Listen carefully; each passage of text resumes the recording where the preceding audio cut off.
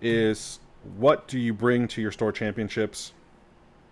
We saw no Ruby Sapphire, none.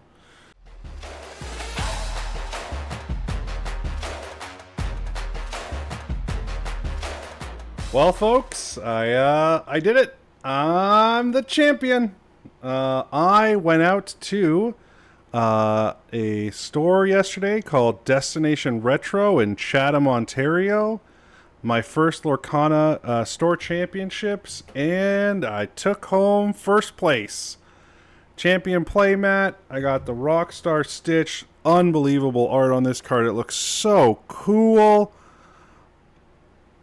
I'm pretty excited. It was super fun. I love competing. I love tournaments. I love Lorcana, and so this was such a neat thing to do, and I just had to talk about it. So I figured to make a little bit of a video, kind of breaking down my day, the deck I was playing, what I faced, and kind of my thoughts, just like on the general meta, and also some judges' calls that came into effect during the tournament.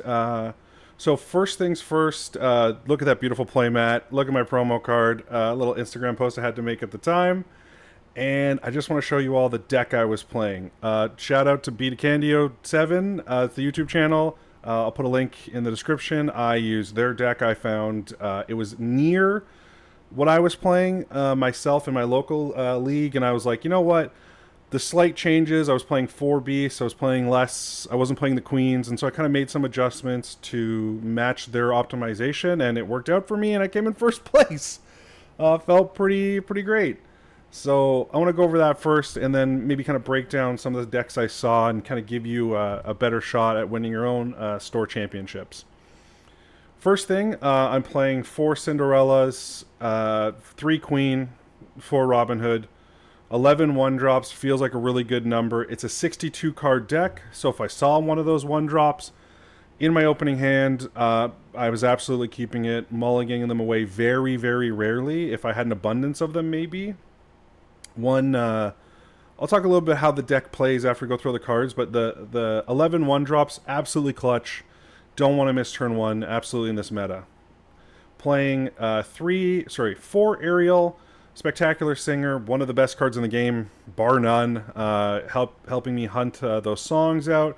Combos perfectly with Cinderella. Combos perfectly with the Queen or Robin Hood Shifted. And then just a powerful singer herself, hunting for those cards. Huge card for me. I saw her a lot, thankfully, in this tournament, and that was a big deal when playing Steel Song. Benja's.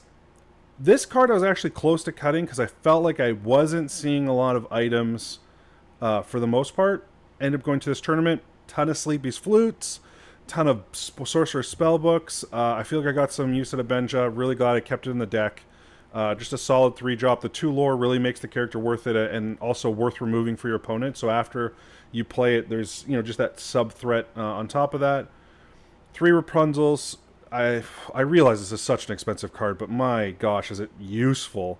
Help me draw cards, favorable trades with my big butts on most of my things, into some card draw, 2 Quester as well, more threats, here we go.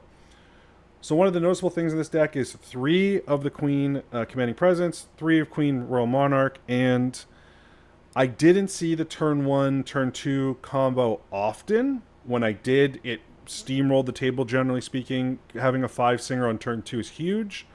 But also, it was ink a lot, which was fine because my deck runs 17 uninkable. So it was like, when I could get it, it was great, but also it wasn't necessary. And I can see why the deck only runs the 3 and 3 rather than the 4 and 4, just to help you get to other stuff faster.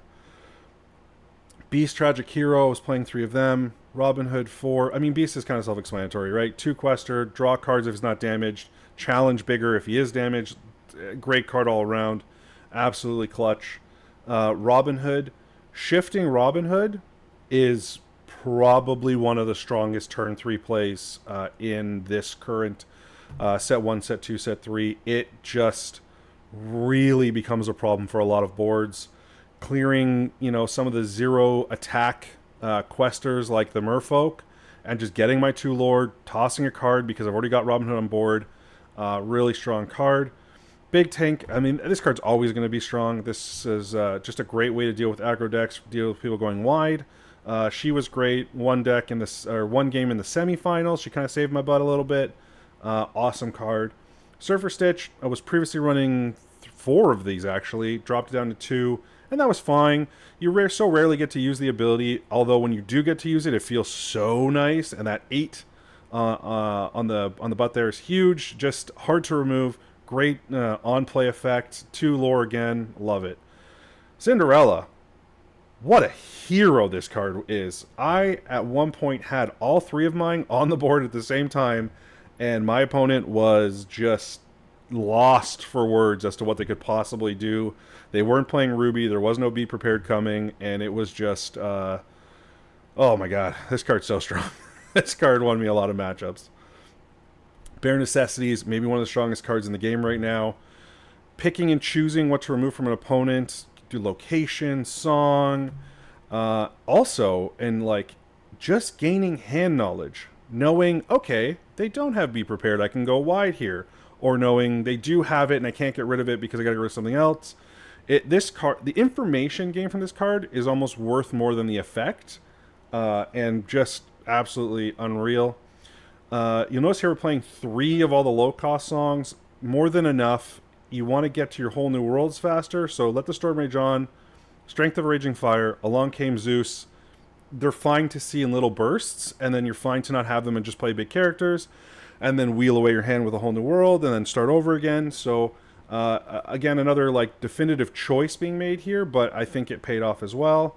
Same for Grab Your Swords. Great in some matchups, horrible in others, so 3 is enough. You don't need the 4th one. Lantern. This card is interesting because I feel like I saw a lot of Pride Lands, which is a similar effect. I saw Sleepy's Flute a lot, which is obviously the questing version of this card. I think the Lantern is the stronger choice. We're playing so many of these high-cost cards, and getting a Robin Hood out on turn 4, or a Beast, or a Cinderella on 6, or a Tinkerbell on 5, speeding up my hand, and then wheeling away again in a whole new world... It kept me ahead of the other person and kept me with an advantage, and that's how this deck plays. Sing to gain an advantage, keep the advantage, keep the advantage, keep the advantage, and the Lanterns, the whole time, I think I was skeptical at first about using them, played them, and I realized kind of the strength of just having that extra ability, that extra kind of like lore for just, or sorry, ink for just playing a big character. This is my deck. I didn't make the deck myself. I had a similar version, you know, optimized it through seeing someone play a better version of it, but I did practice it a lot. I played a ton of in-person games. If you're thinking right now, like, oh, what deck am I going to bring? Whatever deck you bring, make sure you're playing right now. Go get some games. Call some friends. It doesn't matter. Make sure you are practicing your deck. We'll talk about it a little bit later, but I definitely could tell other people brought good decks, not decks they're good with, and that was a factor a lot of the day. Here's a picture of me after winning. I am exhausted. It was a 9-hour day, 9 rounds, but super happy to win the championship, Matt. That's my buddy. He drove down with me, actually, and we came 1-2. That was pretty cool. We were the out-of-towners for that game. And then I kind of just want to talk about, my matches. We'll start with my first match. I played Emerald Steel. It was a low to the ground bounce package, a lot of like 2 questers, Flynn Riders. We're looking at merfolks and things like that. My opponent seemed to know what they were doing. They played the deck relatively well. But I think this is just a good matchup for me. If I'm able to remove the early questers with songs, get my Cinderellas out, get my Queens out, use the Ariels, they're kind of at a loss. And luckily I was on the play, won game 1 very handedly. Getting to play Cinderella and getting my song to off before they get to Ursula Deceiver It Away, huge benefit. So first matchup, luck of the draw, ended up a good matchup for me, a good player, and I won in 2. It was great. Second matchup was my favorite deck of the whole tournament. This is someone that was a local to this store, came with a villain themed deck, and I'm gonna show you something right here. I have never considered this. I've never played against these cards. I've never seen anyone use these cards. This person was playing low to the ground Amber Amethyst. So aggro, get a lot of stuff out early, and they were, quick questing up to like 10, 15. And then they just had these bomb combos at the end where unexpectedly, Queen of Hearts, Wonderland Empress, if you're not used to playing against her, maybe you're not expecting it. When this character quests, your other villains get +1 lore this turn. That's huge. If you're playing the Maleficence, if you're playing all of these, he had Magica Dispel in his deck. If you're playing all these low-cost cards, this combo on turn 3, that's not a 3 or 4 lore turn. That becomes a 7 or 8 lore turn. And if you've played a lot of aggro matchups, that 3 or 4 lore difference usually is where you try to stall them out from 16, 17, keep them from winning. This was brutal to face. Same with Hades. They played a lot of Hades Snake, so they were dropping Hades, returning something, and then they were returning Hades to their hand, and then they were returning something else with Hades again, and the Snake would die, and they bring the Snake back to bring Hades back. So their hand was always full of these characters. They're always playing over and over and over again. Snakes also happen to be a villain. Also buff both of these cards. Like, it just... Really, really cool deck. I absolutely loved it. I'm going to try to get the deck list, and if I do, I'll include a link to it as well. Really neat to see someone playing a different deck. Really neat to see someone playing a deck that they created, that had a theme, and I was blown away how cool it was. They made top 8 with this deck. Really, really neat, and really unexpected, and they caught people off guard, which was so cool. Third matchup, I played someone playing Sapphire Steel Locations deck. This person was playing a deck of their own making. It was unusual, but I could see why they started off 2-0. I think that's as far as they got. I think they lost the 3 rounds after, or the 2 rounds after losing to me, so they went only 2-3. But they just blitzed out a bunch of locations, Steel Sapphire locations, and all of a sudden, turn 6, they're at 16, 17 lore, and you have either removed everything or you haven't, and you lose. I'm lucky in that my deck plays all of these, 3 shift, 5 cost characters with the lanterns and stuff, get them out a little bit earlier. So I had enough strength and attack power on board to eliminate the locations. If I didn't have that, if it was a slower deck, I would have probably been in trouble. And like Ruby Amethyst, for example, I mean, Maui, I guess, would be the option. But they were getting so much lore so early, it was tough. Really cool deck, though. And again, it was fun to play someone playing their own style. Although I will say Launch was probably an ambitious choice as one of their cards. But you know what? They tried it. Amethyst Steel, round 4,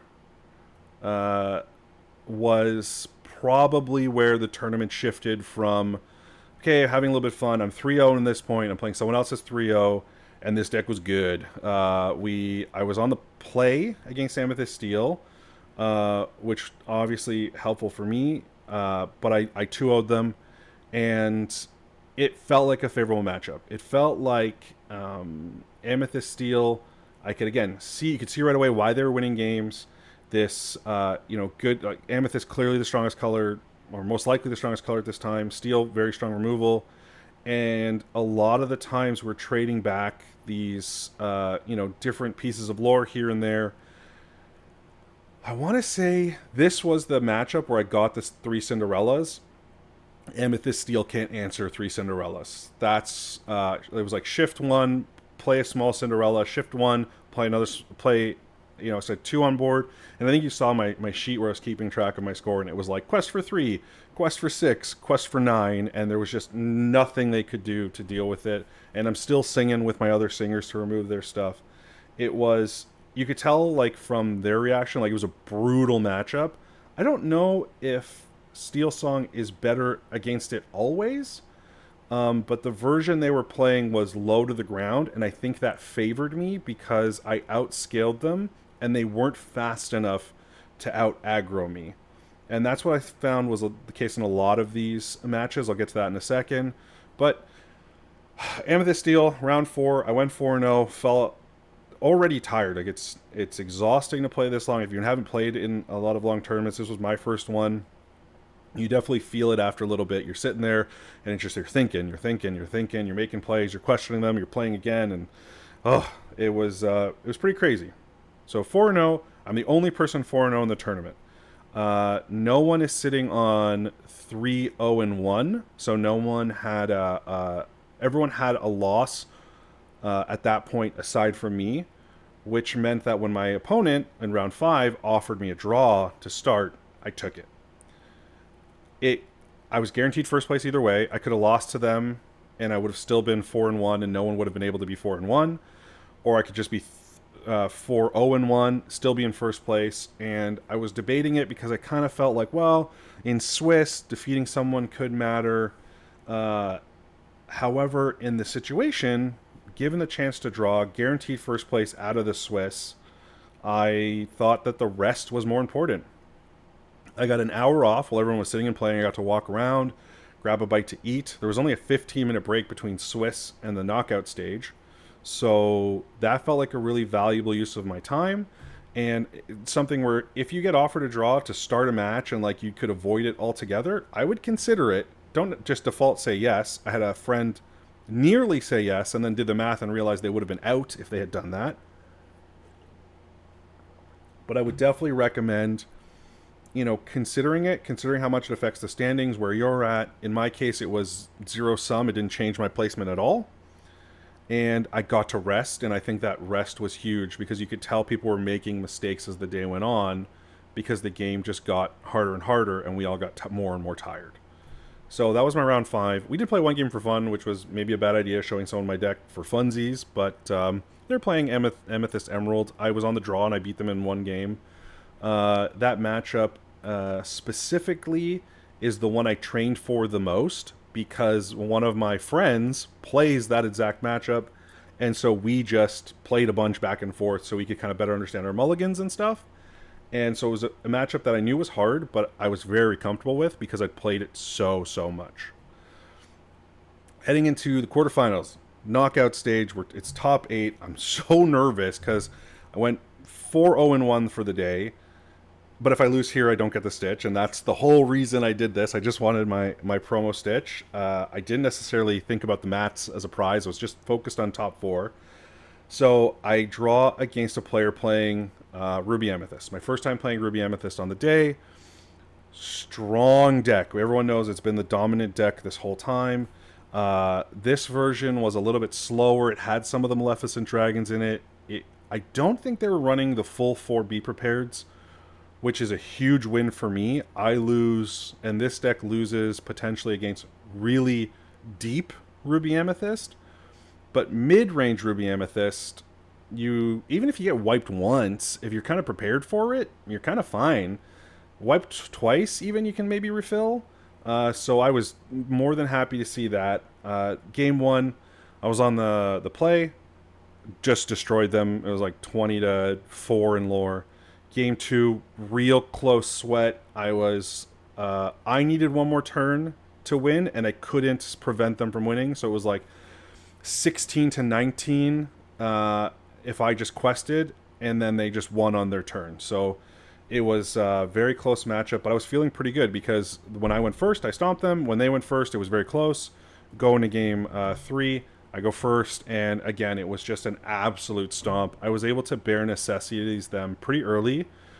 I saw they had a bad hand, and I had Whole New World, and I was ready to dump my hand and start over and kind of keep my momentum going. And then when I saw their hand was poor, had a couple Queen's Castles, a couple bounce stuff, but didn't really have any of the like draw stuff they needed, I was happy to just play it out with what I had on board and top deck, and that won it pretty easily. And then I always had the option to Whole New World if I needed to. Semifinals, brutal matchup. Emerald Amethyst. Again, I feel very comfortable with this matchup. However, this version was a little bit different than the one I think probably most people are seeing.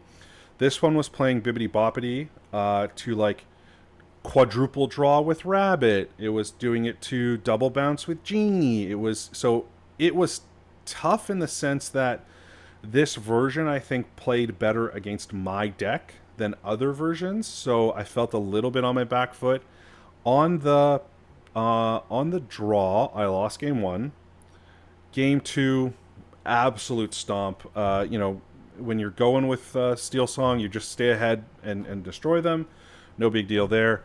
Game 3, really, it was tighter in the mid game. We were probably. So here's the thing. They expended a lot of their resources drawing cards. Rabbit, bounce rabbit, rabbit, sing friends on the other side. So they're using their turns and their ink to draw. I'm using my turns and my ink to build my board, which they don't have great removals for. So with that usage of resources, for a quick sing of a whole new world, I have basically undone all of the work they did because I reset us both down to 7 cards. So it didn't matter that my opponent had drawn, because it turned like 5 or 6. I think it was 5. I just sang a whole new world, and their 8 or 9 card hand disappeared, and my 3 card hand turned back into 7, and we're sized up again, and I have the board, and I have tempo, and I go first, and so that matchup favors. I think it can favor you if you're playing Steel Song. If you have a whole new world, even if you're playing another one of the Steels, if you're watching someone prioritize drawing more than winning, there's an opportunity to take advantage of that by just dumping your hand and starting over again. And all of that effort and resource they've expended is wasted. And that's how you can like stay ahead in that matchup. So it was really interesting. It was a lost game 1, slaughter game 2, close-ish game 3. But I got ahead, and then I really kind of cemented it with a good bare necessities to really muck up their hand and their bounce, and I got rid of a Mother's Knows Best, and that was kind of their only answer at the time.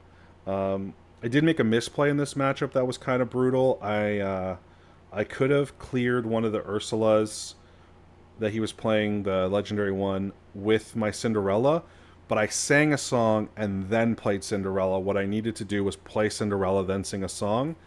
And that just goes to show you're 7 rounds deep, you're exhausted, you're making little mistakes, and those little mistakes could have had bad consequences. Lucky that one in particular didn't burn me.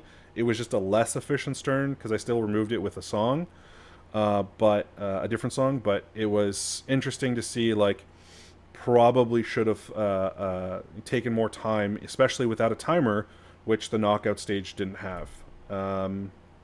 Finals, Ruby Amethyst. Like I mentioned earlier, I was playing someone I knew. We have actually played together in the past, different tournaments. Not like we haven't practiced a ton together, but we've definitely faced each other, and it's gone pretty back and forth. And this was the same thing. I was on the draw, not happy about that, but I managed to eke out a win game 1.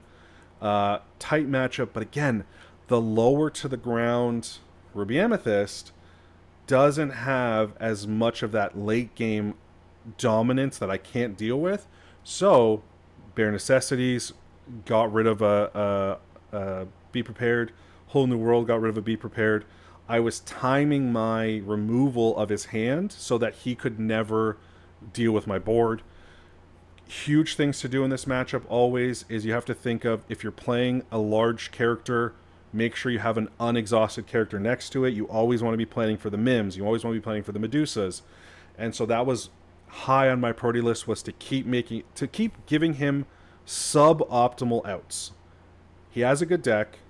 If you're playing in the finals, both of you have good decks. And I wanted to keep setting up the turns so that his removal didn't remove everything. He couldn't find the one answer, and that ended up playing really well. Game 1 and 2 played how you'd expect the matchup to play. Game 3, I'm finally on the draw, finally on the play. I get to go first against his opponent, so feeling pretty good about that. And it was the weirdest game. I had 4 aerials on board. I'd whiffed twice. I had 4 Cinderella, the Ballroom Sensation. So I've got 1 Questers all across the board. I'm super wide. He doesn't have... I've removed Be Prepared from his hands through song, and I'm just questing for one at a time, getting this individual lore. So it's like, he plays a threat, I remove it with 1 singer, quest for 4. Plays a threat, I remove it, quest for 4. The Mims and the Medusas, sure, they can get rid of an aerial, but if I have 2 other aerials on board, there isn't really a solution there. and I just kept doing it over and over and over and over again. And you could tell he was he was a little bummed at the end. He even said, he didn't mind losing, but it was like neither of us is playing our deck the way it was intended. So this is kind of like us an unfortunate way to lose. It was funny a little bit now for me as the winner, I guess, in retrospect. But it was an interesting matchup. Uh, During the tournament, three judges' calls came up that were kind of interesting. Actually, I've asked a friend of mine to kind of review the rules, a local I know, a judge. So hopefully he's going to pop on right now. We'll pop to a quick Zoom call where he can give me a ruling on those three things. Well, everybody, I'm joined here now by my local game store manager and from the Inkwell, Jonti. How's it going, Jonti? It's good, buddy. Thanks for having me and congratulations. Thanks. With your help, we practiced a lot. We did. We got a good few games in, yeah. Um, you are the local judge for pretty much everything going on for us. So I had three plays that happened during the tournament that I kind of wanted your opinion on, and maybe you could give me and then people watching just kind of a better idea of like how that should be ruled and maybe how they should handle it in their own games. Sure. So the first one was my opponent played Ursula Deceiver. So they got to look at my hand, go through the cards, and discard one of the songs. They did that. I picked up my hand. They, put the Ursula on the board, thought for a beat, let's call it, 10 to 15 seconds, and then said, I forgot what's in your hand. Can I look at it again? I responded with no, assuming that that was not allowed. But what would be the official kind of ruling for that? Yeah, so you're correct. The answer is no, simply. So, Urgency Revolve says that you can look at your opponent's hand to discard a song, but otherwise, your hand is what's known in the game as a hidden zone. So, it's information that is only applicable to you unless the card says otherwise. There's two now, I think, cards in the game that do, Ursula being one and the Bare Necessities being the other, I think. So as long as you've given your opponent ample time to look at the hands, because it's not just about taking the song out, it's also incredibly valuable, just getting that knowledge of hands. Oh no, there is another one. Nothing to hide just lets you look at the hand as Yeah, the well. Sapphire card. Yeah, the Sapphire one. So just being able to, and that just lets you look. It doesn't even ditch anything. So just being able to look at the hand is obviously a lot of really great info. So you have to sort of let them get their use out of that card and give them ample time. So, but yeah, once the cards come back and players continued, even if the game state hasn't really moved forward, they're not going to be able to look back at your hand again. So the only notes I would have on that is if you are the deceivee, not the deceiver, if you're the one who's showing their hand off, just sort of lay it down and ask them if they're done. Just say, is that okay? Can we carry on? Are you all done? And let them tell you that they're finished, because then when you've picked them up, you're in no way, you've not kind of flashed it and pulled it back real quick. You've given them ample time. The other thing that's worth noting is that there's no note taking in the game at all. The only thing that can be written down in the game is lore totals if you're using pen and paper to track lore. So it's worth bearing in mind that any information you gain from that hand's all got to be kept up here and get Would locked in. would you say it's fair once they've removed the card from the hand, that's kind of ended the process of them examining your hand? I think if they're sort of having a look through it and taking it, yes, probably. I think the best thing to do though, if it's your hand that's being looked at, just to be a good player and a fair player, is just to say, "Are you all done?" And then once they tell you that they're finished looking at the hand, you can pull it back and carry on. And then the onus is on them to say that they're happy with the amount of time, not you pushing it and trying for fast play personally. That But seems pretty yeah, fair. if it's moved forward a sensible amount of time and you pull the hand back, and then even more time has then passed as your opponent has thought about it and then asks, it's a pretty clear straight cut that no, they're not going to be able to look at your hand again. Cool. I mean, that one's pretty straightforward. Mhm. Second situation, I truly did not. So the first one, I kind of had an idea. Second one, I was unclear, and so I just did the kind of keep the peace move there. I had a Cinderella in hand. I was gonna clear something that would force me to discard it. So I was like, I should ink this because it's just gonna go away anyways. And then I did the math. I'm like, wait a minute, I can play this, and then I have nothing to discard anyways. But I had declared I'm gonna ink Cinderella. I had taken a card, placed it, on the table, had not let go of it, stopped short, and was like, wait a minute, I don't need to do this. And I started to pull it back. and my opponent said because I declared the intention to ink it, that I was then obligated to. So this is the greyest of the things you're coming with today, I think, honestly, because as far as the comprehensive rules go, there isn't actually a moment in the procedure of inking a card that says the card is now inked. In a moment, we're going to talk about a third situation. There is a very clear line on that one, but in this one, there isn't actually. So I actually took this to a group of judges. All of us judges all sit in a little Discord and natter away at each other and complain about players a lot. But also, we can sometimes go there when something is a little bit grey or there isn't a definite ruling on it, just to kind of get a little bit of backup or just to help us sort of figure out our line of thought with it. So I went to them with this one, and they all kind of agreed with how I would act out on this one. Letting go of the card is the moment of you finishing the procedure of inking and sort of turning the card face down. So if you've just sort of come to the plan, I'm gonna ink Cinderella. Actually, no, I won't do that and take you back. As long as that card hasn't left your hand, you haven't sort of gone through the action of turning it face down into the inkwell, you'll be fine to take it back and to continue play. You're actually at a disadvantage because you've given your opponent knowledge of a card in your hand. Now, in this situation, it doesn't really matter because you would have then played it anyway. Yeah. But really, you're already at a disadvantage because the opponent has extra knowledge that they wouldn't have had before. And even though there isn't in the complete rules at the moment a actual moment of inking, so to speak, most judges would call it that letting go of the card or placing the card face down is the moment of inking. So anything before then, you're just kind of talking out loud, thinking out loud. Interesting. I think that brings up another interesting scenario I hadn't thought about yet, which is a lot of people, for kind of ease of play, will take the card they're going to ink, put it face up into their inkwell, and kind of leave it like that for a bit so you have a chance to see it and then flip it over. But they might even spend that ink while it is flipped up. I've seen that start to happen quite a lot in casual play. Absolutely 100% very clearly against the rules of the game. Okay. Once that card is inked and the action of inking a card is placing it face down in the inkwell, it becomes no longer game knowledge. Not only does your opponent not know what it is, you don't know what it is. And you can at no point go and look at it or reference it. So actually leaving it face up is in violation of the rules of the game. I understand why people do it. It's a little bit of courtesy for both yourself and for your opponent. But yeah, as the rules are written at the moment, the inking a card means it goes face down to the inkwell. It no longer becomes an instance of that card. It becomes a single ink. Good to know. Something I liked, but a habit I won't pick up then. Yeah. Third one, and I feel like this is also kind of interesting because it's similar to the second. So my opponent declared they were going to play Merlin Crab. They exerted the ink, which I think is the wrong order of operations, and then had the hand never changed. Like they still had their 4 cards in hand, and then they unexerted and said, "No, I'm not going to do that," and they wanted to make a different play. And how was it played out? So it was the same opponent from the Cinderella example. So tit for tat.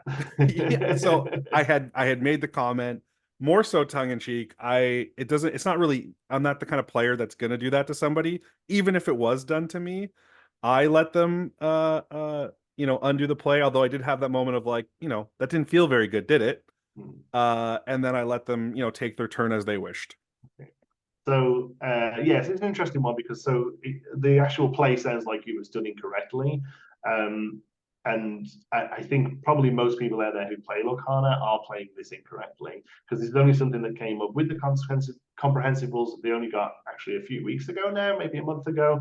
And it's different to a lot of how other card games work, actually. The full procedure of playing a card has you declare the card you're playing first, and then exerting your ink as the last thing you do in the process of playing.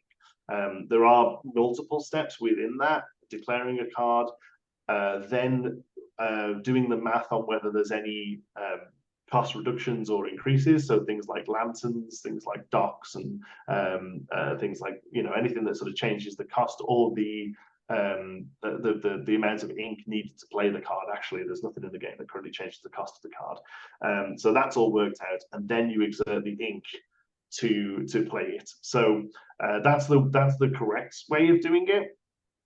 Exerting that ink is the last thing you do, and it locks in the play. So at that point, once the ink exerted, the play has to then happen Oh, to the best of its ability. So what's happened there then is what most people do is, let's be honest, is you exert the ink and then play the card, which means technically you are not only playing it correctly, you're also locking in anything you ever say that you're going to try and play. The correct line of play is to declare the card you're playing, exert the ink, and then it must carry out. So in that instance, the fact that they have exerted the ink means they are locked into playing Merlin Crab, which is the card that they declared. And if you were so inclined, you could sort of force the issue and have them play out that crab at that point. so is the opposite then true if I were to take a card, say Merlin Crab, and I place it on the table and I don't exert that ink, I can then pick it back up because I haven't locked it in. Yes. Interesting. Yes. So the idea of the card being let go in the second example of the inkwell is just a sort of common consensus at the moment amongst judges. Because we need a moment where the action is happening, if that makes sense. We need a moment that we can lock in that says anything before this can be backed up, anything after this has to play out. There currently isn't one for inking, but there is in the rules written one for playing a card, and that is exerting ink. If you give me 1 second, I might be able to find the actual ruling of it and how it's worded. So for anyone who's interested, the ruling is 4.3.3.6 and 4.3.3.7, and it states, fourth, the cost is paid. If the cost involves an ink cost, because you can also pay a cost for a card by exerting a character, such as with a song, but if the cost involves an ink cost, the player exerts a number of ink cards equal to that ink cost. The player can choose to pay the part of the cost in any order, but all costs must be paid completely. And then 4.3.3.7 goes on to say, once the total cost is paid, the card is now played. If the card is a character, item, or location, it enters the play zone. If it's an action, it resolves. So yeah, there's the moment of it being played, as in that's just a definite rule. Anything before that is leading up to playing. Anything after that is after playing. So there's a hard and fast rule there that once the ink is exerted, the card then must resolve as much as it can, using the third golden rule of Lorcana, which is do as much as you can. And in this case, do as much as you can would be putting a crab down and giving something +3 challenge. It's pretty great that that's definitive. It would be nice if the ink version was definitive. Yes, and with all comprehensive rules, they are living documents. They're constantly being updated. Myself and other judges are working with Ravensburger and having this sort of data going back and forth. I think it's worth pointing out at the moment that there is no official judge program currently. So calling myself as a Lorcana judge is nothing really. There's nothing officially stating I'm a judge. I just work in a game store that has a lot of Lorcana happening, and somebody kind of has to take this role on. You're my Lorcana judge. I appreciate it. Last question for you. Sure. What would be your advice to someone when it comes to a call or decision they don't think is correct? Because I feel like people would be nervous to call for a judge or even to tell the person they're playing, I don't think that's allowed. Yeah. So first and foremost, I think play purposefully, play not slowly, but at a pace. Take your time, think about what's happening, and think about what you're trying to do. And that will remove 95% of this ambiguous nature that needs judges in the first place. But secondly, if there is ever a point where you're not sure how something resolves, you're unsure if your opponent has done something correctly, never, ever feel bad about calling a judge. I think one of the worst things about card game judges, or judges in general, but we're talking about TCGs here. I think one of the worst things about them is that they're called judges. I don't think it's a great term because I think it comes with a sort of onus on it. It feels like they're going to come over and look at what you're doing and pick up on bad habits or do this. Think of them more as arbiters of the game. Think of them more as people who are just there to make sure that the game runs fairly and cleanly. They're not judging you, they are judging the game. And they're judging how the game is interacting between the two of you. So never feel bad about calling a judge. Not only is it the reason they're there, they're usually quite happy to do it. Being a judge is a long day with, let's be honest, at this kind of level, this sort of set championships level, very little comes up, honestly. And you sit here and read these documents and make notes and have them printed off on clipboards with notes like I do. And then you get there and everyone just plays their games and goes home. So honestly, any kind of judge calls, usually they're quite happy to go over and get involved and make sure everyone's playing happily and correctly. That's awesome. That's great advice. Thanks so much for joining me. I really appreciate the feedback and your Anytime. expertise. Where can people find you? I'm at the Inkwell on YouTube. We cover lots of Lorcana stuff. Cool. Thanks so much. No worries. The meta, the local meta. This is the one. This is the part everyone wants to talk about. Is what do you bring to your store championships? We saw no Ruby Sapphire, none. We saw a final 8 that included 8 Amethyst. Sorry, 7 Amethyst. I was the only person without it, which is crazy when you think about. And the meta was fast. People were playing quicker decks. They were trying to win quick. I think the clock is on a lot of people's minds, because if you go to 3 games, 50 minutes, 50 minutes is not a lot of time. There was a lot of draws on time, and so it seems to me that people are playing quicker things. That isn't necessarily your store meta, but that was the meta for this tournament, and I could tell with my slower mid-range deck, I would call it, to late game deck, that gave me an edge because I wasn't playing deep late game people and deep late game decks. So by getting ahead, I was able to stay ahead because once I had started dropping Robin Hood, Beast, the Queen, once these cards came down, it was maybe they had an answer, maybe they had 2 answers, but turn after turn after turn, it started to wear them down, and that's where I really started to take advantage of that meta in this particular event. I played against 6 of the other 7 people in the top 8, and I guess I beat 6 of the 7, which is kind of crazy to think about. But it was interesting. It was interesting to see how that all came together, and it was interesting to see how similar some of these decks were. I would say, as someone who I've played some Lorcana, I won this tournament, which feels great, but I haven't played the most. It definitely felt like people didn't understand how to play their decks. I only practiced with this deck. I practiced it a lot. I practiced it against a lot of different matchups. Knowing how to play your deck, and I think the Villains deck proved this, was more valuable than just bringing a good deck. That's the biggest piece of advice I can give you. I definitely found and caught mistakes people were making as they were making them, whether I was observing from afar, after I'd won my match, or I was in the match itself, where I was like, oh, you shouldn't have done that, and now I'm going to take advantage of it. Or you shouldn't have done that, and I watch you lose the table over.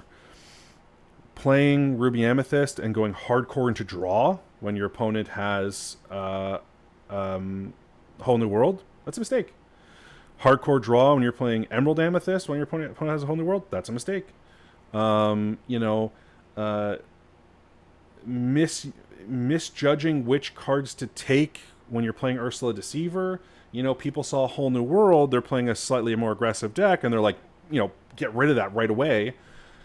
That can be good to get rid of, but also I had to grab your swords. I had removal. I had other good cards that dealt with their deck, and they kind of ignored them in lieu of getting rid of the card they were the most afraid of. And so if you're looking to go to Star Champions, you're getting stuff ready, I would just say practice, first of all. You should absolutely practice. Don't take anything for granted. And practice a deck you like, that you're comfortable with. This deck I'm playing is not the best deck in the world, I can, for sure. But I'm not an aggressive player. I'm not a discard player. I hate that version of the game. So I found a deck that worked for me, that was removal, that was control, that was mid-range, that was fast enough to win. And I combined all those things into a store championship. And I got my playmat to prove it.